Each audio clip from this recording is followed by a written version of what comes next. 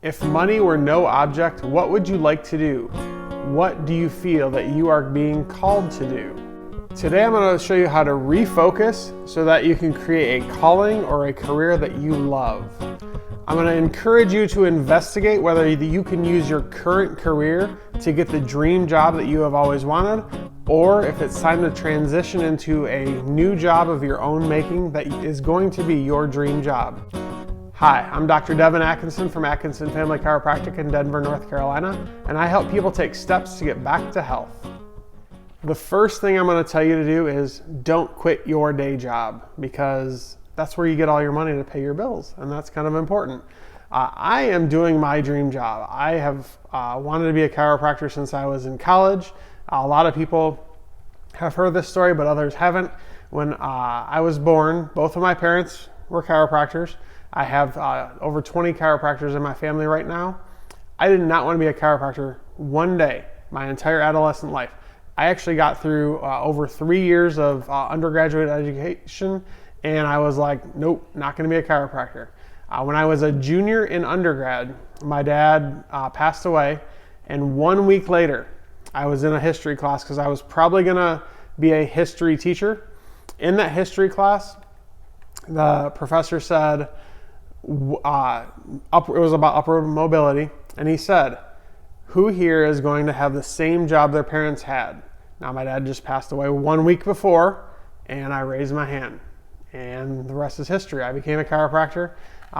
Struggle, love it. Someone just asked a question the other day on Facebook, what would it take for you to go back to join corporate America? I was never in corporate America, but it would take over $1 million a year and 8 weeks of paid vacation every year. And I don't make anywhere near that being a chiropractor. I love my job. I want you to love your job. First thing I have to tell you is don't quit your day job without a plan. Because a more satisfying career is a major step toward reducing stress and achieving balance in an unbalanced world. In today's world, most people are torn between paying their bills or having a career that they enjoy. The first step is defining your dream job. You have to define the dream job that you want, the dream job that you are going to love going to every single day. Most people hate Mondays. Every Monday morning, I cannot wait to go and serve the people of my community. To find your dream job, you need to answer these 3 questions. Number 1, what do you like to do? At your current job, what activities do you love to do? What makes the day fly by? What doesn't feel like work? What is fun? What is it? Then figure out if there's any other jobs in your current field that sound appealing. Find other people that are doing those jobs that sound appealing, that are further up the ladder, further ahead than you are. Sit down with them over lunch or coffee. Pretty much anybody will tell you anything they want and let you pick their brain if you give them free coffee or free lunch. Just a little tip there. If you find that nothing in your current industry sounds fun or cool or exciting, then it's time for question number 2. Question number 2 is, how can you get paid doing the thing you love? Now, when you figure out what you love to do, tons and tons of people are getting paid for doing the things you like to do. People get paid for teaching yoga. People get paid for taking pictures. People get paid to play music at special events in people's lives. People get paid to arrange flowers, being tour guides, working with kids, boating, doing hair and makeup. Whatever you love to do, people have gotten paid for it. Countless bloggers have made blogs, websites over the years, and they've gotten they've sold products to make a living. They have gotten deals to become authors of books, and they have made enough money to survive on and to thrive on.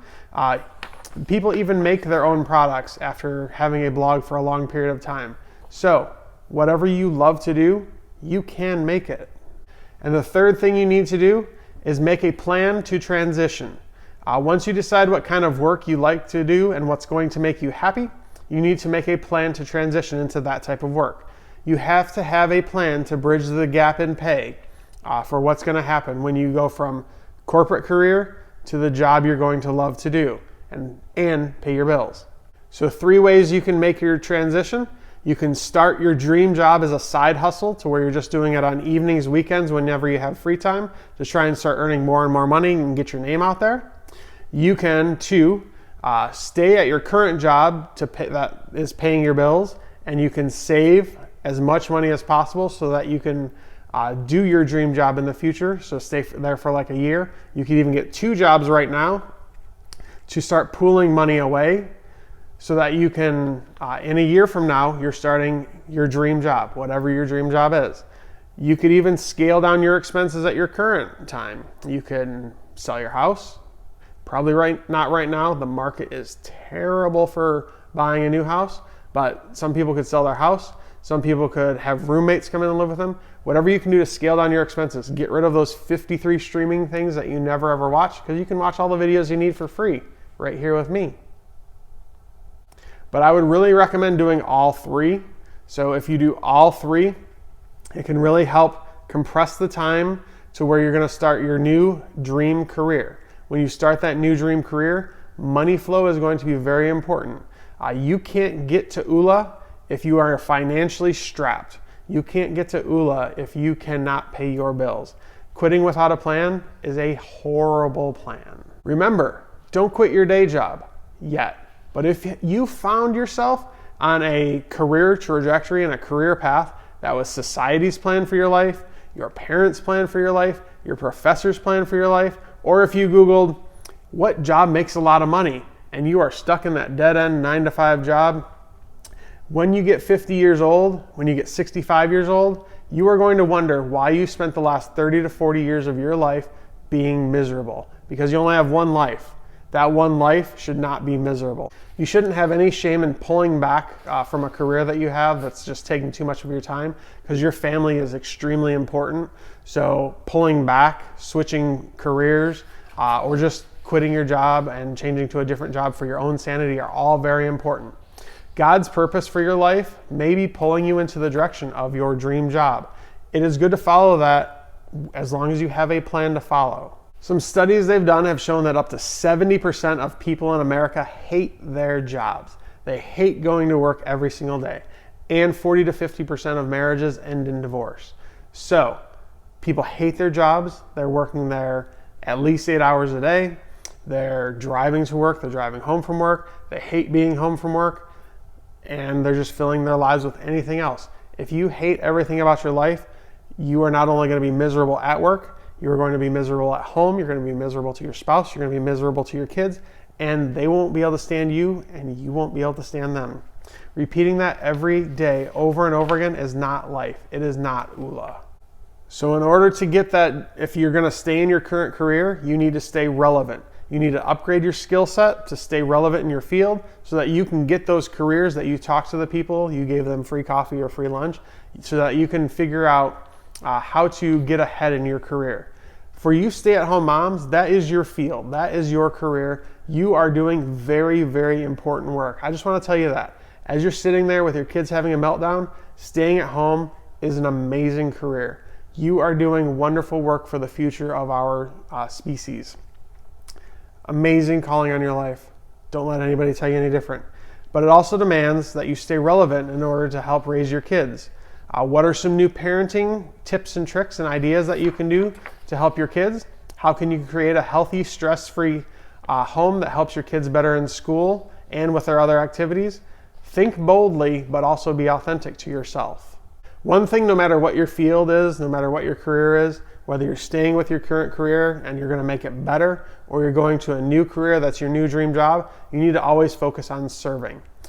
In the 1700s, 3 stonemasons were helping to build St. Paul's Cathedral. Here's a picture of St. Paul's Cathedral. It's quite the impressive work of art, but 3 stonemasons were working on that. They asked them, why are you doing this? The first stonemason said, I'm doing this, I am earning 6 pence a day. The second stonemason said, I am cutting this stone to a perfect square. And then the third stonemason said, I am helping Sir Christopher Wren build this cathedral where lives will be transformed. So what's the lesson? Number 1, you can make a living. Number 2, you can do your best work. Number 3, you can be of service to a goal that's bigger than yourself. So you can decide to just make a living. You can decide to make a living and do your best work, or You can decide to make a living, do your best work, and serve something bigger than yourself.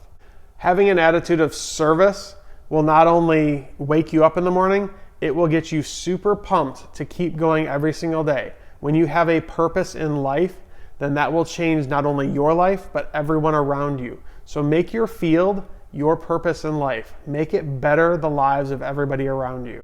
One of my favorite authors, he wrote one of my favorite books. His name is Jocko Willink. He wrote this book, Extreme Ownership. He was a Navy SEAL officer, and one of the most important things he learned in his time in the Navy was be humble. So be humble, go serve people. Even Jesus said, I did not come to be served, but to serve.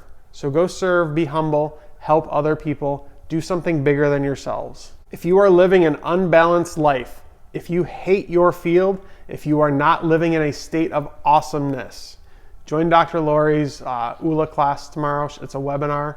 Go to her website, loriatkinsondc.com, and get your ULA life back. Have a wonderful day. Bye.